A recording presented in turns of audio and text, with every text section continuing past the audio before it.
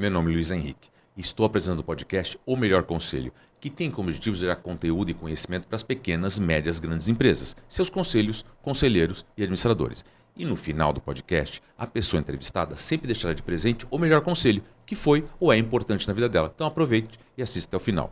Peço que se inscreva no nosso canal no YouTube O Melhor Conselho, o nosso Instagram O Melhor Conselho Oficial e o nosso site omelhorconselho.com.br, onde tem uma novidade especial para as pequenas e médias empresas. Quero também divulgar que nós estamos passando no canal Marketing, segundas-feiras 21h30, todas as segundas-feiras, na Vivo através do 611 e na Claro no 692. E eu vou ler agora um pouquinho do currículo da pessoa entrevistada de hoje.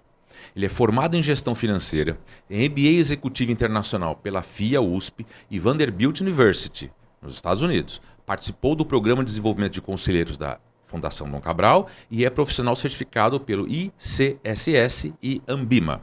Atua no segmento de Previdência Complementar desde 2007 e atualmente diretor-presidente na Energisaprev, entidade de previdência do Grupo Energisa. Já foi diretor de investimentos e benefícios, assim como responsável de planos de saúde frente à ANS. Participou ativamente das organizações do setor, tendo sido diretor e conselheiro da ABRAP. É palestrante em eventos nacionais e internacionais sobre temas de previdência, investimentos, educação financeira, governança, riscos, compliance e transformação cultural. Tenho a grande honra de receber aqui hoje Lucas Nóbrega. Muito obrigado, Lucas. Prazer imenso estar aqui contigo hoje, Luiz. É uma satisfação falar contigo. Pô, muito obrigado. Lucas, previdência. Previdência é aquele negócio que a gente não pensava quando era novo. Né? Assim, é a coisa que nunca ia chegar. E eu me lembro quando eu tirei a habilitação, eu tinha 18 anos, e a minha habilitação, quando eu vi a data de validade, ela venceria quando eu fizesse 40 anos. E aí eu falei, bom, essa habilitação é invencível, né? Não vai vencer nunca. Então a gente nunca pensa. E previdência é um assunto que todo mundo tem que pensar, desde muito cedo, na verdade, ou com previdência complementar, e também está acompanhando essas mudanças, porque as pessoas estão vendo mais. Me fala um pouquinho disso. O que está acontecendo com as pessoas envelhecendo, né, mais tarde e tendo uma qualidade de vida muito melhor?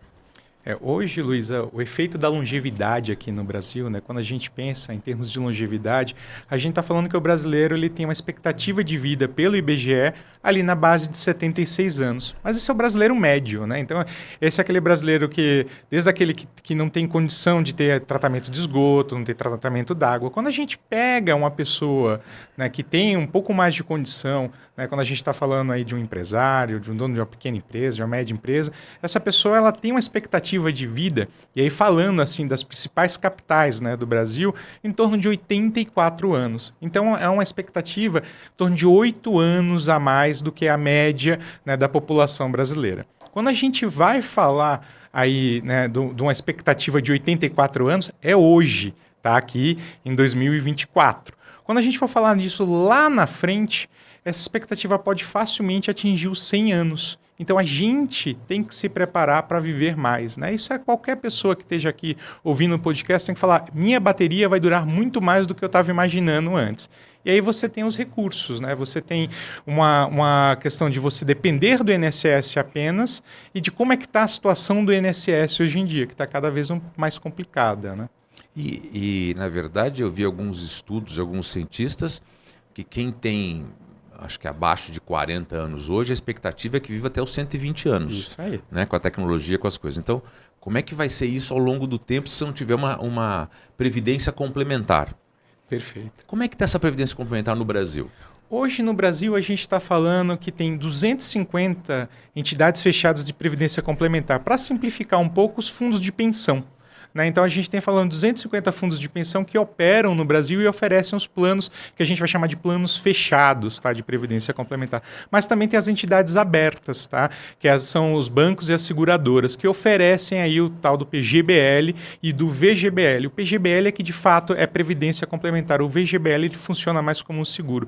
Por que isso é importante? Quanto mais a gente depende só do INSS, a gente tem assistido o INSS reduzir, né, aquela capacidade de pagamento. Quando a gente fala especificamente do INSS, lá no passado já foi 10 salários mínimos. Hoje a gente está falando de 5. Mas quem de fato consegue ganhar o teto do INSS? São pouquíssimas pessoas.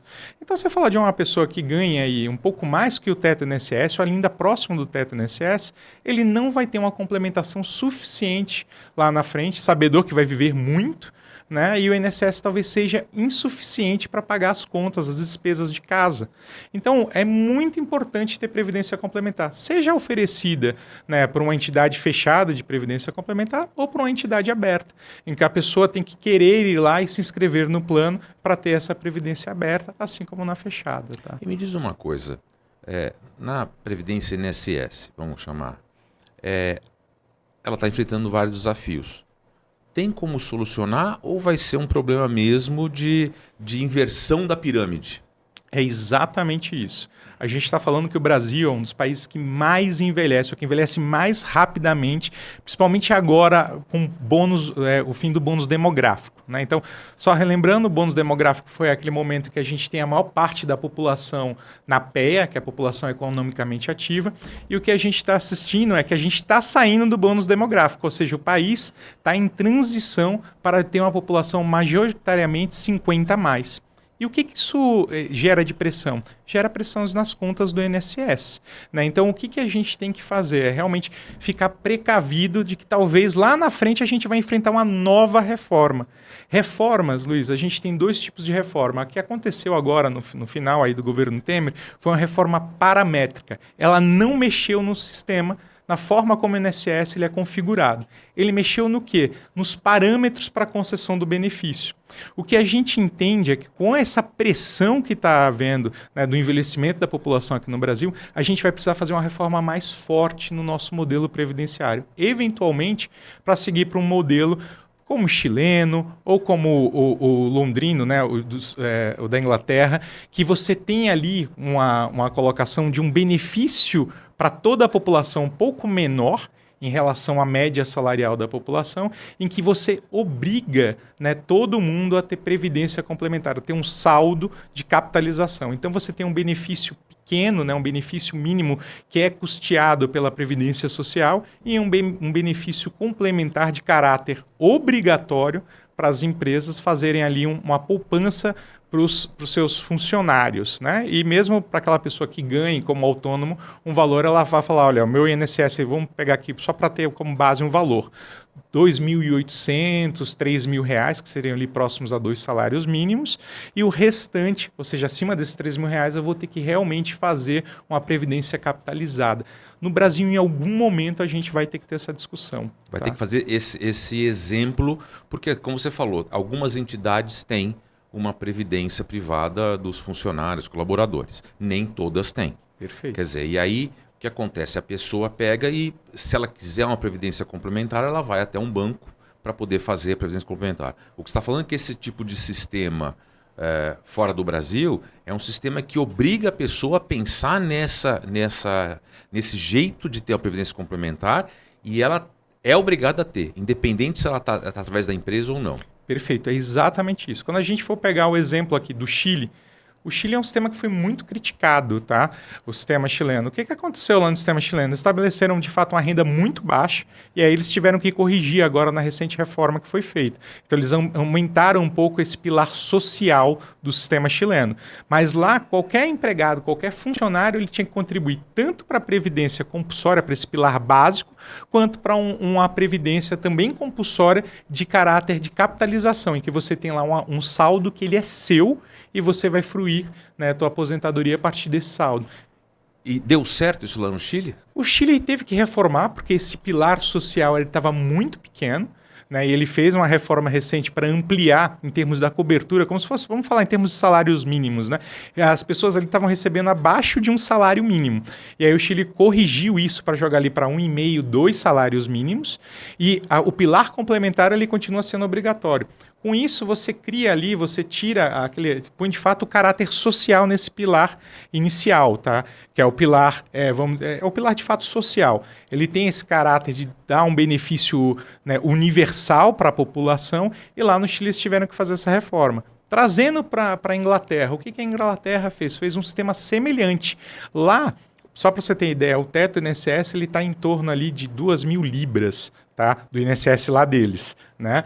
E o que eles fizeram? Para aumentar a contribuição, eles estavam vendo que as pessoas não estavam conseguindo ter aquela renda ali, uma renda qualificada em cima dessas 2.000 libras, lá que para o padrão deles ainda também é insuficiente. E aí eles obrigaram as empresas a criar o pilar compulsório de capitalização. Então todo mundo, seja lá no Chile, seja na Inglaterra, tem aí essa necessidade de ter tanto a previdência social quanto um pilar de capitalização, uma reserva adicional, né, que você vai fazer fruição no momento de chegar lá na tua aposentadoria. Através da empresa que trabalha? Através da empresa que trabalha, ou se for um autônomo, através de um que eles chamam de um fundo de pensão coletivo. Tá? Então, o sistema, especificamente na Inglaterra, oferece esses fundos de pensões coletivos, aqui no Chile é através de banco seguradora, que são as AFPs. Então, se ele trocar de emprego, ele continua com a mesma conta e a nova empresa contribui que ele tiver. Perfeito. E no tempo que ele estiver desempregado?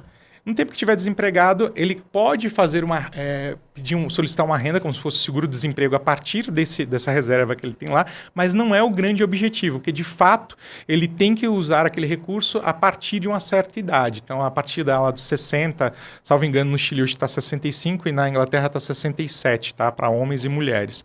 Então, você tem aí uma renda, né, que você só pode fruir boa parte daquele saldo lá a partir de você atingir essa idade, que é para fins realmente de previdência, de aposentadoria. Né? Tem benefícios comparativos da previdência privada da previdência pública aqui no Brasil? Sim, sim.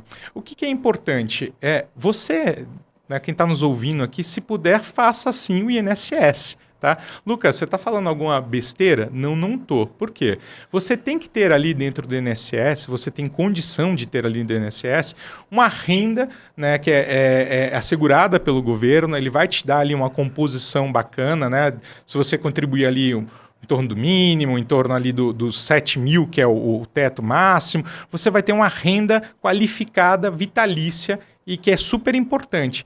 Mas em muitos dos casos, essa renda não é suficiente. Então, o que a gente fala? Não é importante você colocar todos os ovos numa cesta só. Não vou contar só com a INSS, que vai sofrer reformas. Entre hoje e a idade da minha aposentadoria, muito provavelmente muita coisa vai passar aqui e vai sofrer alteração. Então, eu já tenho que pensar desde um começo em fazer uma previdência complementar. Seja através da minha empresa, como você falou, aí no banco ou na seguradora.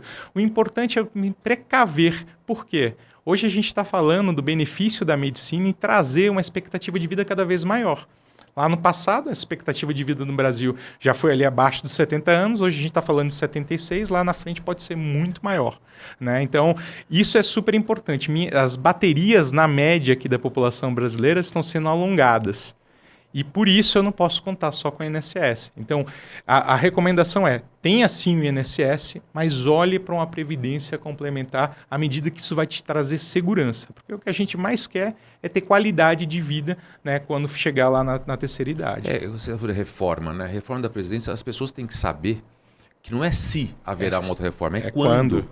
Outras reformas, porque a partir do momento que vai mudando, né, a expectativa de vida, não é só a próxima reforma daqui 1, 2, 3, 4 anos. Não adianta nenhum governo esconder, né, debaixo do tapete. Não vou fazer reforma agora, porque... Não, sim, você tem que fazer reforma sim, porque mudou a expectativa, né, de vida das pessoas. Então não é se, é quando fará. É perfeito, é exatamente isso. Quando a gente pega hoje o déficit da Previdência Social como um todo, é em 309 bilhões. É a principal conta de despesa do governo. Não estou falando de déficit, não estou falando de gasto, tá? Estou falando entre o que entra e o que sai, faltam ali 309 bi.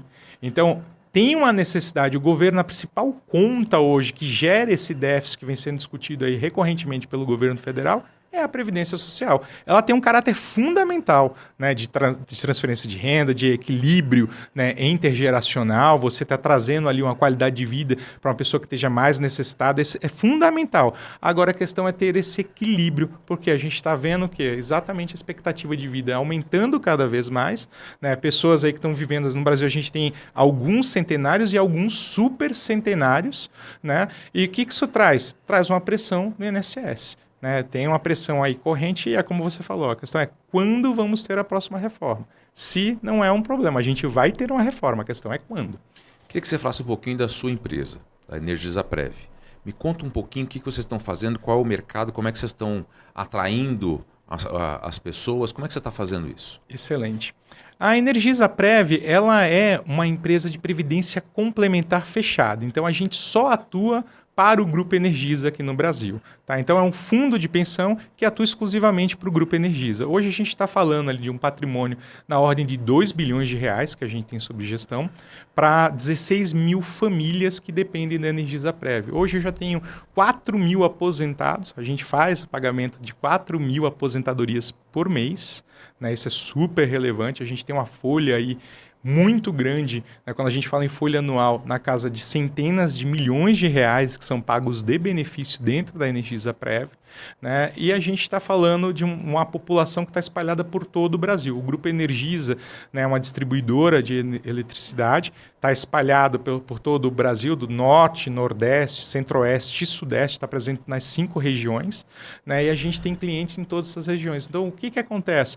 Para aquela pessoa que entrou no Grupo Energisa hoje, ela tem a opção de ter a Energisaprev como uma complementação para o INSS, né, que é o que a gente vem falando até agora, de previdência complementar. E o objetivo é exatamente esse, né? Contar apenas com o INSS, quando chegar lá na frente ela vai poder contar com a Energisaprev para receber um benefício mensal. E vocês, alinhados ao que está acontecendo no INSS, vocês fizeram alguma reforma nos últimos anos também, pensando nessa expectativa de vida?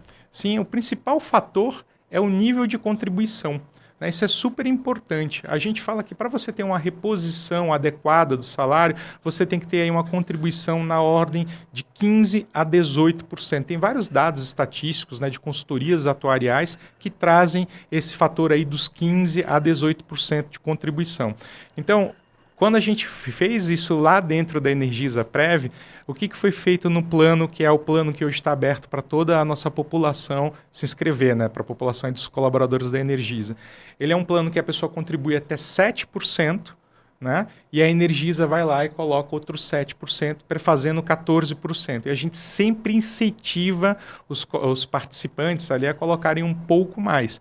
E você tem um benefício fiscal por ter previdência complementar. Toda a contribuição que você faz, você abate ali da base do imposto de renda, somente na época de final de ano isso é super relevante. A gente incentiva as pessoas a fazerem um aporte para deduzirem ali do imposto de renda, né? Então elas têm um benefício fiscal também de fazer essa contribuição para a previdência complementar. Já me perguntaram isso, e aí eu vou te repassar a pergunta. Uma questão hipotética. Uma empresa dessa fecha, não a previdência, a empresa principal dos funcionários, ela fecha. Como é que fica a garantia das pessoas que lá estavam trabalhando ou das pessoas que contribuíram esses anos todos? Quer dizer, fechou a empresa, ela não quer mais operar. Como é que fica a Previdência? Acabou também a Previdência? Essa é uma excelente pergunta. A gente tem um caso no Brasil que acho que foi muito emblemático ali no final dos anos 90, começo dos anos 2000, que foi o encerramento das operações da VASP e da Varig. Então tem um fundo de pensão que era o Aeros, né, um fundo de pensão em que a empresa, né, a patrocinadora mãe quebrou e o fundo de pensão foi junto. Porque investia boa parte dos ativos na própria empresa. Então, quando a empresa quebrou, a empresa que estava ali, o fundo de pensão que estava assessorando aqueles assistidos, quebrou, né? Só que a gente fala desse caso e a partir daquele caso mudou a legislação, né? Foi um divisor de água no segmento. O nível de fiscalização que a gente tem hoje é super elevado. Tem um órgão de governança que é a Previc, que faz auditoria desses fundos de pensão, faz auditoria dessas contas e impede investimentos que não sejam adequados. Tá? Dito isto, falando dessa segurança, é importante dar um exemplo positivo. Né? Eu falei aqui o caso do Aeros, a gente tem um caso recente que é bem emblemático aqui, especialmente para o público de São Paulo, que foi o encerramento das operações aí do Grupo Abril. Então, o Grupo Abril tinha uma série, a editora Abril, né, tinha uma série de empresas, uma série de colaboradores, e no momento que o Grupo Abril fechou ali, o fundo de pensão continua até hoje, que é a Inovar. Né? Esse fundo de pensão aí tem 1 bilhão de ativos. Boa parte dos participantes são ex-colaboradores ali da Abril, que permaneceram, optaram por manter o recurso lá na Inovar, e é um plano que continua super sustentável, que continua ali tendo uma baita de uma entrega. Né? Esse é um caso. E a gente tem um outro caso que é mais antigo, e pouco conhecido, que é o da Cooperativa Agrícola de Cotia. Né? É uma cooperativa que ficava aqui em São Paulo e ela quebrou em 1985. E até hoje o fundo de pensão deles, que é a Sumop, continua pagando os assistidos desde 85 sem ter uma empresa por trás. Então tem vários arranjos, né, em previdência que a gente assiste hoje que tem segurança e que dá confiança para aquele associado, para aquele assistido, participante, continuarem mesmo que a patrocinadora venha a faltar. Dando um exemplo lá na Energisa Prev, se hoje o Grupo Energisa falasse assim, eu vou me desfazer aqui das operações no Brasil, vou vender às distribuidoras, a gente conseguiria pagar os benefícios com o recurso que está lá depositado tranquilamente. Tá? E só voltando, linkando uma pergunta que eu fiz anteriormente, a pessoa trabalhando na Energisa e ela contribui com a Energisa Prev. Ela sai da Energisa, ela não quer mais trabalhar, ela mudou. Quando você está num banco, que a gente comentou agora há pouco, você troca de emprego e você vai contribuindo naquela sua conta naquele banco. Ou você pode fazer portabilidade de um banco para o outro. No caso, a pessoa ficou, por exemplo, 20 anos na Energisa e mais 10 anos no outro lugar. Quando ela se aposenta, ela recebe proporcional aos 20 anos. Perfeito. Da Energisa até o final da vida. Ou se ela quiser, ao momento que ela sai de uma companhia, ela vai ter a faculdade de fazer a portabilidade. Tá? Então, hoje a portabilidade que a gente fala de fundos, tanto para fechado quanto para aberto, ela vem para os dois lados. Então, uma pessoa saiu do Grupo Energisa, por exemplo. Né? Então, a gente está em distribuição de energia. Saiu e foi para a Neos, né? Que é uma outra distribuidora de energia lá do Nordeste. Não tem problema nenhum, ele tira o recurso da Energisa Prev e porta para a Neos Previdência. Tá? Mesma coisa, um colaborador que esteja hoje na Neos, se você tenha saído de lá e queira vir aqui para a Energisa, quer centralizar numa única conta, ele consegue fazer isso. Então, hoje, o veículo da portabilidade ele é muito utilizado, né? E tem a possibilidade ainda de você sair para uma empresa que não tenha previdência. Hoje, a maior parte das empresas no Brasil não tem previdência complementar. Ele pode retirar esse recurso e levar uma portabilidade para um banco ou para uma seguradora sem nenhum problema.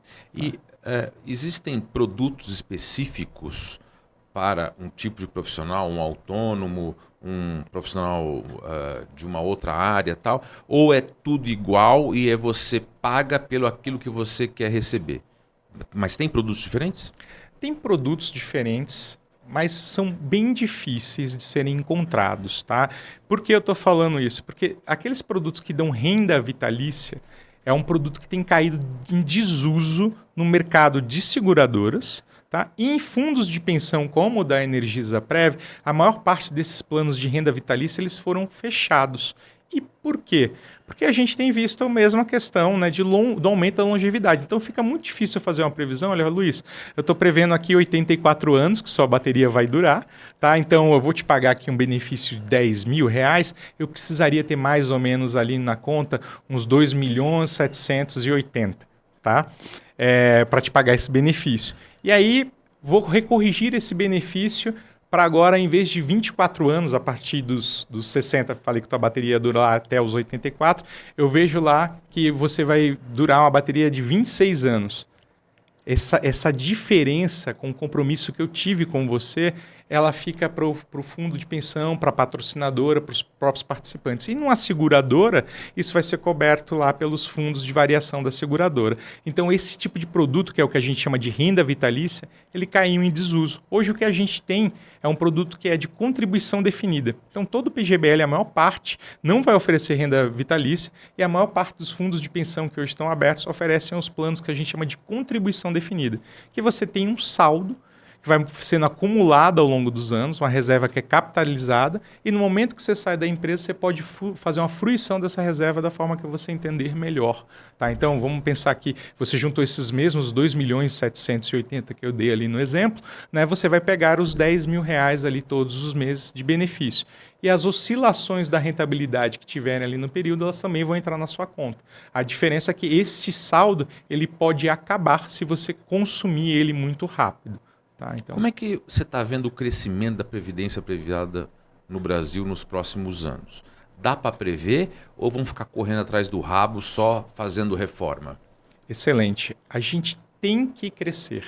E por quê? Por conta da longevidade. Então, a ABRAP, que é a associação do setor, tem feito esforço muito grande de abrir novos produtos, né? A gente tem um produto aí que é a Previdência Associativa, né? Então, pequenas empresas, médias empresas que não têm condição de abrir um fundo de pensão, ela pode, através de um sistema associativo, vir a ter essa previdência, tá? Dentro de um fundo de pensão.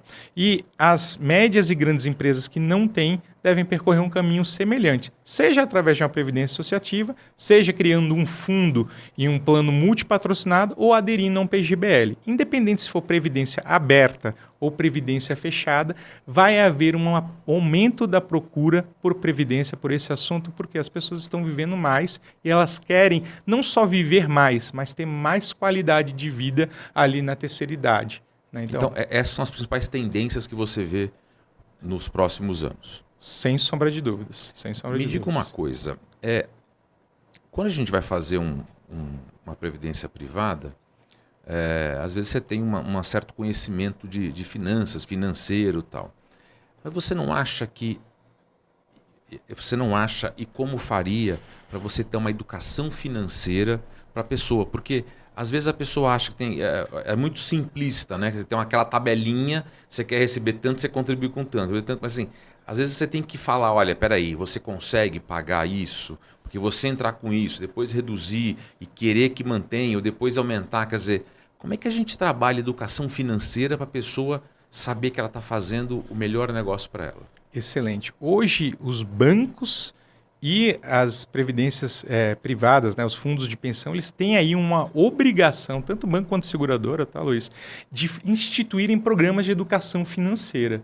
Tá? Tem uma iniciativa do governo federal, uma iniciativa já um tanto quanto antiga, que chama ENEF, que é a Semana Nacional de Educação Financeira e Previdenciária. E ela tem esse objetivo de trazer conhecimento de previdência complementar e básico de finanças para a população. Então, se você for entrar dentro de da maioria dos fundos de pensão, não vou dizer qualquer que talvez seja pretensioso, mas na maioria dos sites dos fundos de pensão, eles têm programa de educação financeira exatamente para orientar o participante, né, o colaborador da empresa, sobre a importância de quanto colocar e de monitorar essa expectativa de renda futura. O caso lá na Energisa Prev, só citando por exemplo, chama Energize Seu Bolso. Então a gente vai lá e faz esse acompanhamento, dá essa educação financeira para o nosso participante, né? Então a Vale e a Valia tem isso, né? Aqui um outro fundo de pensão que é super grande, que é o da Vivest, que era da antiga Fundação CESP, né? da CESP aqui de São Paulo, também tem educação financeira previdenciária. Então você tem vários bons exemplos de empresas que dão essa educação para o participante. E quando a gente vai para a iniciativa de banco segurador, é a mesma coisa. Você vê aí uma iniciativa que a XP tem em termos de educação, que o próprio Banco Itaú tem, que o BTG tem, enfim, vários aí desses atores importantes do mercado financeiro também fazem isso. Você acha que é suficiente ou está faltando melhorar essa educação nos próximos anos, nas próximas décadas? Não é suficiente. A gente tem um déficit, de fato, em conhecimento de educação financeira. Tá? O MEC ele instituiu agora a cátedra, né, a aula de educação financeira lá na educação do ensino médio, que Isso é ótimo. Super importante. Sensacional. Mas eu tenho uma população aí que já se formou no ensino médio, que não foi para a área financeira e que não tem esse conhecimento, né? Então a gente tem aí esse dever de educação, né? Se eu quero falar para uma pessoa que não tem previdência privada da importância de ter previdência privada, eu preciso primeiro conversar com ela. Falar, olha, cara, você vai viver demais. Você tem uma expectativa longa aí na frente, o INSS vai ter outras reformas, então é importante você ter uma reserva, um pé de meia ali teu, para você não depender apenas do INSS lá na frente. Mas isso não acontece. Eu faço aqui, Luiz, uma meia-culpa. Eu vou dizer que acontece, mas é muito pouco divulgado, tá? Então você tem iniciativas de diversas empresas, até agora, olhando para essa pauta toda de ESG que a gente tem que trabalhar, o S no social tem esse papel fundamental. Então, as empresas deveriam olhar, principalmente as empresas que se importam com a pauta ESG, dentro do social, de falar, eu quero pegar aqui meu funcionário, meu colaborador, e falar para ele da importância que é você se proteger para ter uma previdência lá na frente que não seja só do INSS. Então, concordo contigo, acho que é insuficiente, a gente tem aí um déficit educacional enorme e a gente tem que correr atrás do prejuízo enquanto nação, não só enquanto companhias, enquanto indivíduos, enquanto nação. porque ter previdência é fundamental. Porque assim, a sensação que eu tenho é que quando falam de reforma, as pessoas falam assim, nossa, eu estou sendo prejudicado. Perfeito. Reforma. E não estou entendendo o objetivo da história. O objetivo as regras mudaram, a expectativa mudou. Então, assim, teremos que ter reformas. Esse entendimento, ele não está no inconsciente coletivo da população. A população está só assim, vai mexer na Previdência e eu vou me prejudicar. Ponto. E aí não tem nenhuma aquela tábua de salvação, né? Quer dizer, a tábua de salvação é você fazer uma previdência privada. Não estou vendo essa movimentação em larga escala como deveria. Perfeito. Concordo contigo em gênero, número e grau. E aí tem sim que a gente tem que cobrar o governo, tá? E aí a ABRAP, que é a Associação do Setor, tem feito isso, de trazer essa pauta com recorrência no governo. Olha, no governo não está sendo discutido hoje reforma da Previdência. Então vai ficar para o próximo governo a nova reforma da Previdência. Então a gente vai sempre empurrando com a barriga, né? Mas para quando chega na beira ali do precipício, a gente faz uma ação, faz uma reforma paramétrica. A gente tem que discutir de fato a reforma e conscientizar a população da importância dessa reforma. A gente quer ter um sistema saudável, né? Não quer ter um sistema que crie déficit, que crie ineficiência, que crie para o governo um problema de financiamento que gere como nação, né, um problema do nosso crescimento estrutural, enquanto Brasil, eu estou falando. Mas nós, enquanto setor, né, aí eu estou usando aqui um pouco do chapéu da ABRAP, a gente tem que falar mais disso para a população em geral. Né? A gente vê poucas pessoas entrando nessa pauta de previdência, entrando numa pauta que é super importante, que é a gente vai viver mais. Isso é muito legal. A alternativa de não viver muito, de não usufruir da longevidade, é uma que ninguém quer ter. Né? Então vamos viver mais, que bom. E agora, o que é que eu faço com isso? Vamos ter que ter uma discussão que eu preciso pagar contas, né? Eu posso depender de filho, poxa, isso é chato depender de filho. Então é legal eu ter ali minha conta, eu ter minha independência na terceira idade. A gente está falando de qualidade de vida. Aí no final a gente está falando de uma pauta super bacana, que é longevidade e qualidade de vida. E nessa longevidade não é só depender de filho, é depender de bisneto, né? Pois daqui a pouco. É isso. Porque você vai envelhecendo. Me diga uma coisa, já que você falou das pessoas, do conhecimento, que elas não... Né, eu também falei que as pessoas não têm, às vezes, muito conhecimento. Você tem alguma informação da associação, a quantidade de pessoas que estão aderindo e a quantidade de pessoas que deveriam aderir a uma previdência privada? Nossa, que pergunta maravilhosa. Quando a gente pega aqui no Brasil, apenas 3% da população economicamente ativa tem previdência complementar. Então, é um número muito baixo. É um número muito baixo. A gente fala que pela população, pela forma como tem ali a distribuição, aí não etária, tá? Mas financeira, em termos de classe A, B e C, né, no Brasil, a gente deveria ter em torno de 15% a 18% da população com previdência complementar. Ou seja, a gente está falando que tem 15% da população que deveriam ter e não tem previdência complementar. São pessoas que ganham acima ali dos R$ 7.800, que é o teto do INSS, e que não estão nem um pouco preocupadas em termos de ter uma queda na renda quando se aposentarem. Isso a gente está falando da população de carteira assinada. Se a gente pega, né, as pessoas que têm, seja um profissional autônomo, que esteja aquela pessoa que tem outras fontes de renda, né, que faz um bico, é um design, ou eventualmente um motorista de aplicativo, esse cara ele não está preocupado com isso, mas ele vai viver muito, ele depende muito pouco do INSS, eventualmente ele vai ganhar aquele BPC, que é o benefício mínimo, e aí um salário mínimo paga uma conta lá na terceira idade dessa pessoa, que talvez tenha uma renda ali em torno de 4 mil, 5 mil, 6 mil reais. Então tem muita gente que deveria ter previdência complementar e não tem. E a pessoa realmente, né, ela não está preparada para ter uma redução.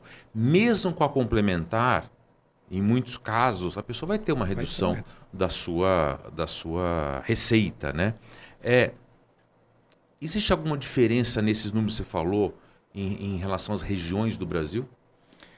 Tem sim. Aqui no Sudeste, até pela concentração de empresas, né, de grande porte, tem uma maior cobertura na previdência complementar. Só para dar, por exemplo, aqui em São Paulo tem hoje 105 entidades fechadas de previdência complementar, 105 fundos de pensão.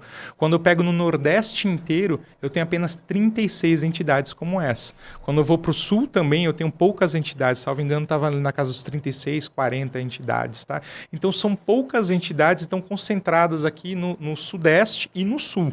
Tá? Centro-Oeste tem poucas entidades, Norte tem pouquíssimas entidades. Então, quando a gente olha para o aspecto populacional casa, né, a gente tem uma população maior no Sudeste, mas o nível de cobertura aqui no Sudeste é maior do que em outras regiões do Brasil. Tá? Então, quem está nos ouvindo, que eventualmente nos vendo aqui, nos acompanhando, que não tem, e está numa região que não tenha, deveria procurar uma associação, procurar um banco, procurar uma seguradora para buscar essa informação e vir a ter também. Tá? A gente falou de futuro de algumas verticais, né? Da população, de um espaço de crescimento, da expectativa de vida. Então a gente viu alguns números positivos.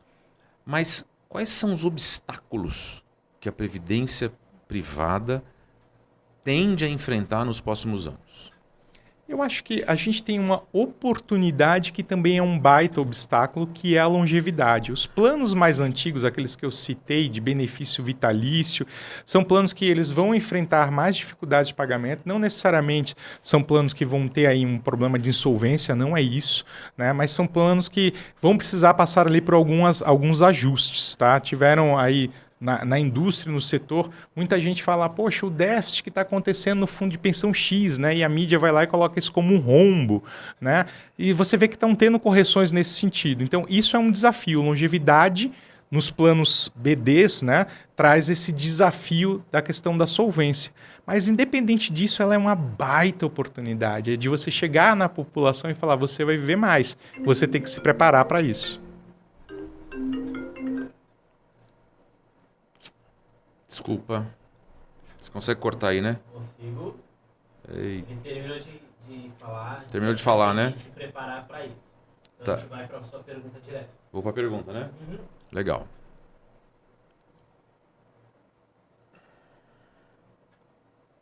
Lucas, a gente falou agora do mercado, né? Os obstáculos futuros e tal. Agora eu quero saber do seu fundo Energisaprev. Qual é a visão de vocês nos próximos 5 anos, 10 anos, 15 anos? Tem alguma visão disso? Sim, a gente está crescendo. O Grupo Energisa é um grupo que tem crescido, então, por conseguinte, né, a Energisaprev tem crescido nessa esteira, levado Previdência a mais participantes. Né? Só esse ano a gente trouxe para dentro do fundo 2.700 vidas. Né? Então, a gente sempre fala em termos de famílias, são 2.700 famílias que estão protegidas. Né? Se acontece um acidente hoje com uma dessas pessoas, elas têm uma cobertura de seguro, né? Elas têm ali uma cobertura mínima, então isso é super importante. Então, a gente tem crescido, né, organicamente dentro do próprio Grupo Energisa, mas a gente está sempre olhando para novas possibilidades e novos caminhos. E um desses caminhos é trazer um plano para os familiares. Algumas entidades de previdência já têm isso.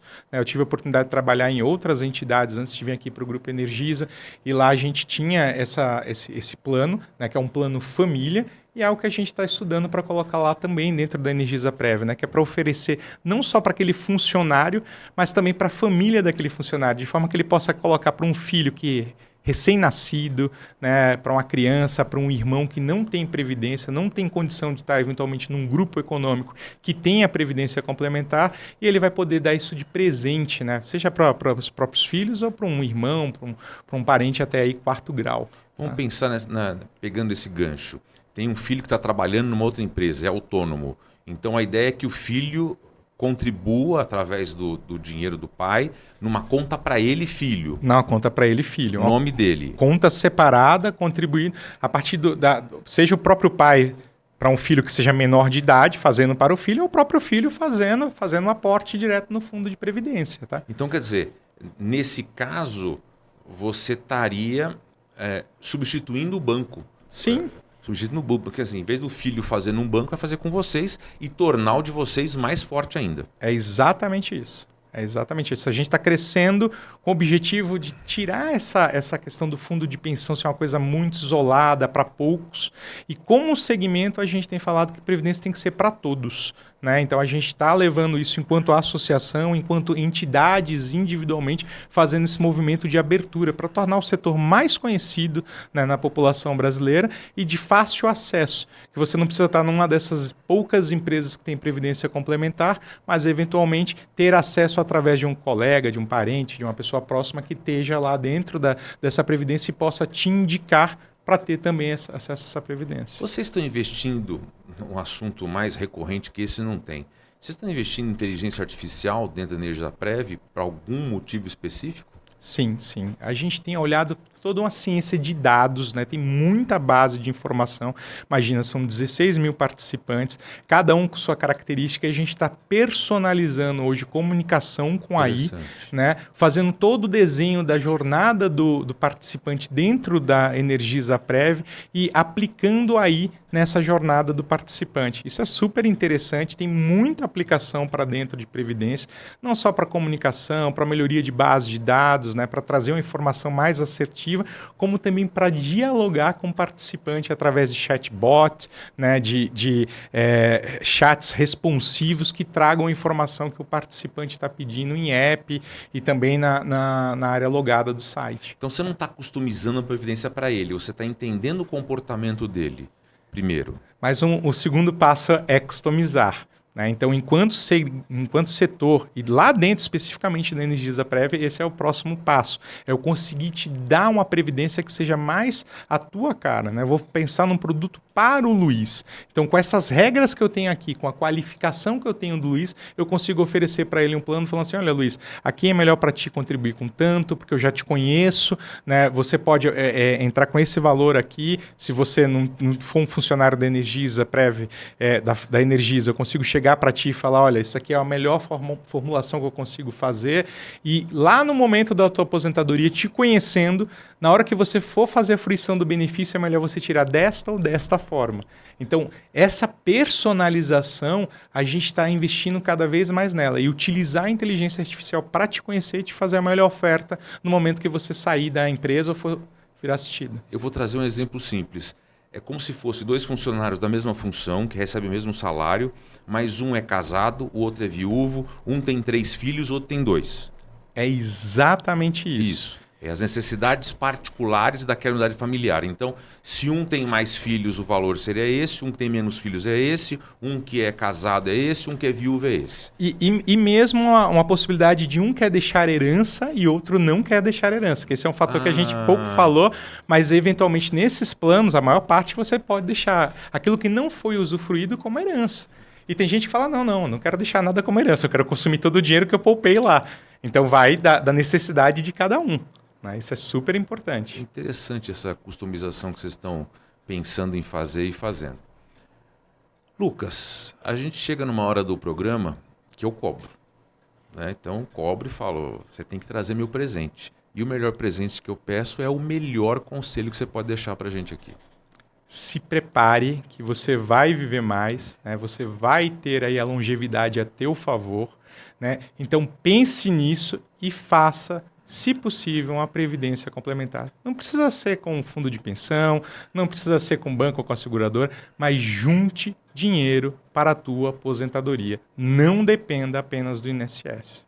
Isso é necessário mesmo. Lucas, muito obrigado pela sua presença. O papo foi ótimo, muito esclarecedor. Muito obrigado. Prazer imenso estar aqui contigo, Luiz. Forte abraço. Agradeço você também que nos acompanhou até agora.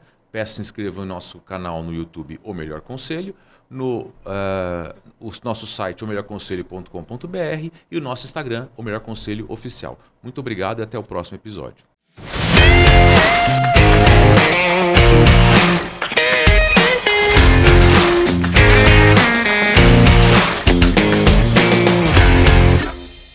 Esse podcast foi produzido por Gramofone Podcast.